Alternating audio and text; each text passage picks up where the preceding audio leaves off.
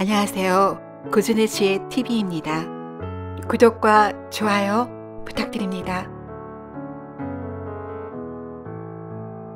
옛날 전라도 나주 검산골에 바삐 길을 걷는 선비를 다른 사내가 뒤따르며 부른다. 어르신, 학자 어르신, 어디를 그리 급히 가시는 겁니까? 잘 지냈는가? 현청에 가는 길일세. 이리 답하는 사내는 동리 사람들이 동리에서 아는 것이 제일 많다며 최학자라고 별명을 붙여준 이었다. 그도 그럴 것이 사람은 이름값을 한다 하지 않던가. 설령 그것이 별칭일지라도. 그래서인지 몰라도 최학자라 불리는 사내는 마치 학자처럼 행세하였으며 책 읽는데 대부분의 시간을 할애하게 되었다. 자연히 농사일에 전념하지 않아 살림이 궁색해지자 동리의 사람들이 십시일반 도움을 주는 것으로 연명하는 처지가 되었다. 하지만 춘궁기가 되자 동리 사람들 역시 어려운지라 최학자를 도울 여력이 없었으니 최학자의 살림은 더욱 공공해졌다. 어쩔 수 없이 최학자는 현청에 가서 추수기에 한전으로 넉량만을 갖기로 하고 사창묘에서 쌀 서마를 빌렸다. 그럭저럭 시간은 흘러 가을의 추수기도 끝이 났다. 사창미를 갚을 기일이 이미 지났지만 최학자의 수중엔 한량은 고사하고 빚을 갚을 쌀 한 톨 없었기에 전전긍긍하게 되었다. 그러던 차에 현청에서 아전이 서한전을 받으러 나왔다. 어휴, 학자님 댁의 서한전 기일이 벌써 열흘이 지났는데 어찌할 작정이십니까요? 그저 죄송할 따름이요. 보름만 더 참아주시면 꼭 가져다 갖겠소. 이리 다짐을 받고 아전은 돌아갔으나 최학자는 갚을 뾰족한 수가 없으니 임시 방편으로 답을 한 것이었다. 아무런 대책 없이 보름이 훌쩍 지나자 20날 만에 아전이 다시 찾아와 독촉했다. 최학자는 공공한 사정을 말했으나 아전은 현청에 나와 원님에게 직접 사정을 말해달라며 인정머리 없이 함께 가자고 했다. 하는 수 없이 최학자는 남다한 우간을 정제하고 길을 나섰으며 현청에 들어 뜰 아래 넙죽 엎드렸다. 사완전이라는 것은 공공한 백성에게 쌀을 구워주어 추수기에 갚도록 하는 것은 잘 알고 있을 터인데 어찌 기일을 어기고 관원을 번거롭게 하는가? 사또 소생의 가산이 넉넉지 못하와 기일의 빚을 갚지 못하였사오니 부디 굽어 살피시와 간대한 처분을 내려주시옵소서. 공공한 처지이나 그래도 동리에서 하나밖에 없는 양반 부치인지라 원님은 측은한 마음이 동하여 다시 보름간의 말미를 주기로 하였다. 기실 최학자는 말미를 받아도 갚을 길이 없는 것을 뻔히 알면서도 급한 것을 모면하려고 원님 앞에서 거짓말을 한 것이었다. 이렇게 속절없이 기한이 지나자 빚을 갚지 않는 최학자를 괘씸히 여긴 원님은 다시 최학자를 불렀다. 그때 최학자는 지난 밤부터 속이 좋지 않아 계속 설사를 하는 지경이었지만 부름을 거절할 수 없었기에 불편한 몸을 이끌고 다시 현청으로 갔다.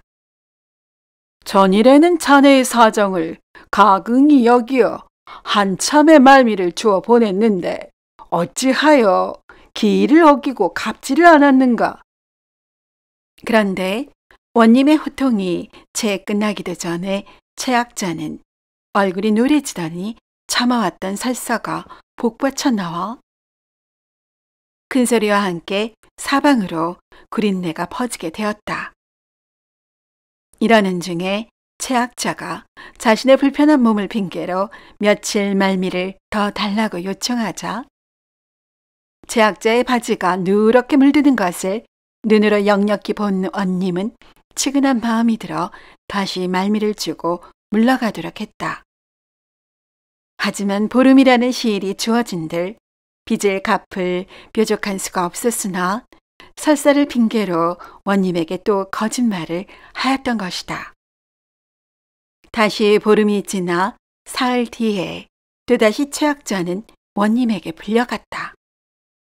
원님은 화가 상투끝까지 올라 호통을 치니 최악자는 또다시 공공한 처지를 하소연하며 다시 말미를 달라고 했다. 이놈, 여기가 어딘 줄 알고 기만을 일삼느냐. 여봐라, 저놈을 엎어놓고 태장 10도를 늘씬히 쳐라. 태장을 치려 할 때 최악자가 급히 고개를 들어 원님에게 눈물을 머금으며 간청했다. 사또, 소생이 올해 나이 45살 되는 생일이 바로 오늘이옵니다. 생일인 오늘 태장을 맞을 생각을 하니 돌아가신 선대 부모님께 이보다 더 큰 불효가 또 있겠나이까. 이번 한 번만 노여움을 풀으시와 오늘 행장을 거두시고 후일로 미루어 주시기를 바라옵나이다. 원님은 최악자의 생일이란 말을 듣고 지근한 마음이 들어 한참의 말미를 주어 다시 돌려보냈다. 또다시 어김없이 보름이 지났으나 빚을 갚지 못하자 최악자는 다시 현청으로 불려갔다. 원님의 호통에 최악자는 다시 공공한 형편을 얘기하자 원님은 화가 치밀었다. 나는 어느 때든지 한참만 기다려달라고 하여 그동안 참아주기를 벌써 여러 달이 흘렀거늘 종시 갚을 마음이 없이 그러마 하고 헌을 하였으니 오늘 법대로 처결하겠노라. 여봐라, 이놈을 하옥하라. 사령에게 끌려가던 최악자는 다시 자신의 처지를 얘기하며 하소연했다. 사또, 소생이 사환전을 못 갚은 것은 법을 기만하려는 것이 아니오라. 어쩔 수 없이 그리 된 것입니다. 더구나 오늘 소생의 생일이옵니다. 구보보시어 오늘 처결을 미루어 주시옵소서. 아니, 이런 고약한 놈을 보았나. 지금까지 가진 거짓된 말로 속여온 것도 용서하여 주고 전일에도 생일이라고 하여 말미를 주었는데 오늘도 생일이라고 하니 무슨 생일이 1년에 2번씩이나 있더란 말이냐. 본관을 이처럼 조롱하니 내 오늘은 그냥 넘어가지 않겠다. 예, 사또, 소상이 아뢰겠습니다. 전일의 생일은 소생의 알을 낳은 날이었고 오늘은 소생이 알을 까고 나온 날이옵니다.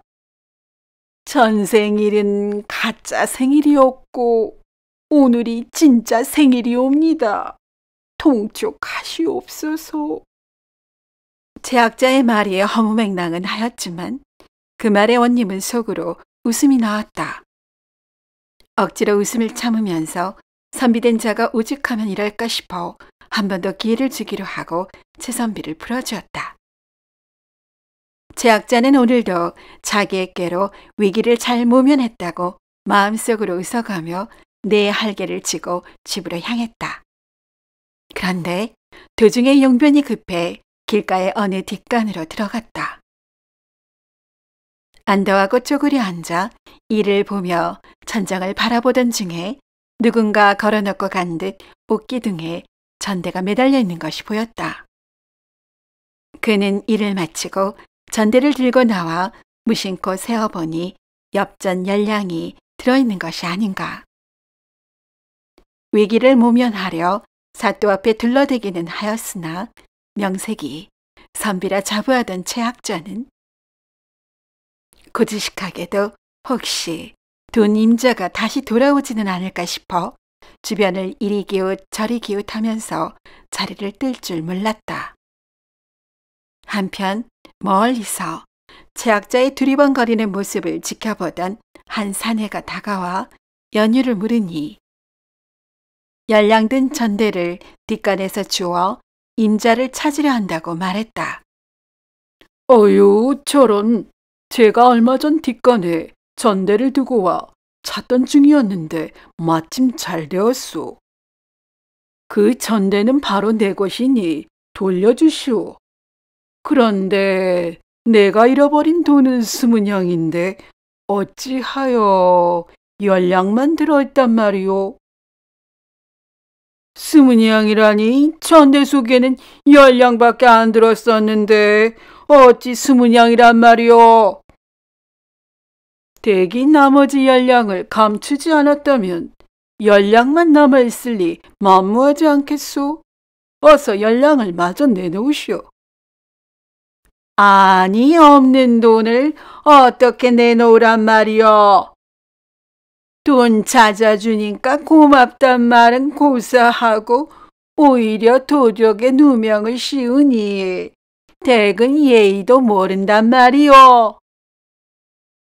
아니, 돈 10냥을 빼돌려 놓고 이렇게 딱 잡았더니 만약 안 내놓으면 법대로 소를 올릴 테니. 그래, 그럼 법대로 합시다. 당장 관하로 갑시다. 계실 사내는 최학자를 도적으로 몰아 윽박지르면 전대를 두고 달아날 줄 알았으나 관하로 가자는 말이 나오니 당황스러웠지만 돈 욕심에 아니 갈 수 없었다. 사내는 최학자가 한 말을 똑같이 하며 항변하는지라 원님은 바로 판결을 내리기 쉽지 않아 곰곰이 따져보았다. 제학자가 사헌전을 갚지 못해 수차례 거짓말로 이기를 모면했으나 간악한 사람으로 보기는 어려웠다. 공공한 처지에 전대를 보았다면 사헌전을 갚으러 돈을 취했지 임자를 찾으려 하지 않았을 것으로 생각했기 때문이었다. 원님은 공공한 처지에 비록 수차례 거짓말을 하긴 했으나 제학자가 나름 고결한 마음을 지닌 것을 알고 감복하였다. 하지만 증자 없이 제학자 편을 들 수도 없는 노릇이라 난감하던 차에 전대를 자세히 살피니 돈 10냥을 넣어 간신히 입구를 끈으로 묶어서 20냥을 넣을 수조차 없음을 발견하였다. 원님이 사내에게 전대에 20냥이 들어있는 것이 맞냐고 재차 확인하자 사내가 그렇다고 답했다. 어허, 이놈, 듣거라. 내가 전대를 보아하니 20냥이 들어갈 곳이 없다. 그러니 이 전대는 네 것이 아니다. 후일 20냥이 든 전대를 찾게 되면 알려줄 터이니 물러가거라. 과연 사내가 전대를 보니 크기가 작아 자신의 거짓이 탄로날 것이 염려되었다. 아무 항변하지 않고 고양이 앞에 지 숨듯이 걸음아 날 살려라 하고 바삐 관할을 나갔다. 이윽고 원님이 최학자를 지그시 바라보며 말했다. 자네는 참으로 정직한 사람일세. 만약 이후 10냥을 잃어버린 자가 나타나면 내 대신 내줄 터이니 이 돈은 자네의 정직함에 대한 상으로 주겠네. 대신 사완전으로 빌린 것은 갚고 가게나. 제학자는 원님의 뜻밖의 말에 수차례 사양했으나 원님은 염려 말고 가져가라고 했다. 제학자는 사완전 4냥을 갖고 상으로 받은 6냥을 들고 가벼운 발걸음으로 관아를 나왔다. 관아 밖에는 소문을 듣고 많은 사람들이 몰려들었고 치하하며 최학자에게 한턱 내라고 졸라댔다. 그동안 신세 진 것도 있고 하여 장터 주막으로 가 사람들을 대접하고 셈을 치르니 수중에 5냥이 남았다. 치기도 돌고 기분도 좋아 춤이라도 추고 싶었으나 양반 체면에 사람들이 오가는 길거리에서 함부로 춤출 수도 없었다. 이렇게 한 심리를 가던 중에 시냇가 옆에 방앗간이 있어서 급히 들어가 아무도 못 보는 틈을 타 덩실덩실 춤을 추었다. 그런데 호사다마라 했던가 구석에서 발 아래에 뭔가 물컹하고 밟히면서 컥 소리가 나더니 잠잠해지는 것이 아닌가. 제학자가 놀라 살펴보니 강보에 쌓인 2살 되는 어린아이의 몸을 밟은 것이었다. 제학자는 아이의 숨소리가 들리지 않자 그 자리에 무릎을 꿇고 부모가 오기를 기다렸다. 얼마 지나지 않아 밖에서 두렁거리면서 남편은 통을 쥐고 아내는 채를 들고 분팔이 한 후 돌아오는 젊은 백정 부부가 방앗간 안으로 들어오고 있었다.